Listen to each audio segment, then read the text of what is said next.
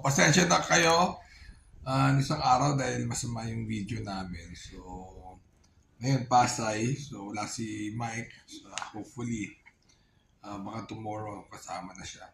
So, race number 1. Kaboom! Diyan ako first choice. Second choice ko si Walking on Sunshine. Third choice ko si Crown Prince. 11, 4, and 9. Magiging 11, 4, and 9. Alright?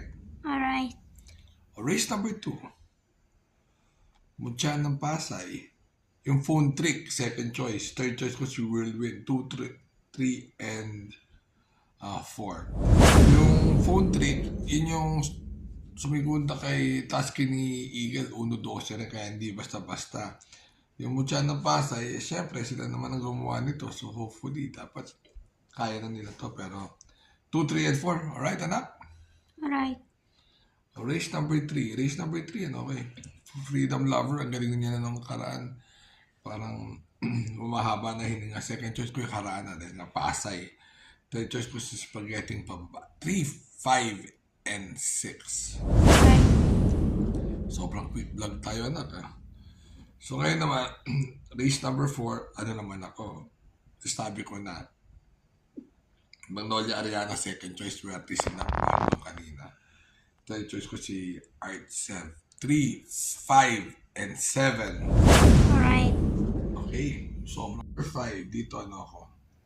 Heroes of Caloocan, tingin ko siya magdadala ng bandera, baka hindi abutan. Second choice ko yung Echoranran, ang galing na rin nung nakaraan sumigunda kay Made for Trophy. Parang 1.27 na rin yan. Third choice ko yung Shining Thunder, 2, 7, and 9. Alright. Race number 6, doon tayo sa napupuntong Money Man. Medyo napupunta siya ngayon. Second choice ko si Laughing Tiger. At ang aking third choice ay si Marengo. 1, 7, and 3. Alright? Alright. So, sa last race na tayo. Street Queen. Ang gang ng dala, baka lumipad. Second choice ko Sahib. Baka rin lumipad dahil solo aire. Third choice ko si Anyare. 7, 8, and 3. Pero pa Alright? Alright. So, remember to be good because God is good all the time.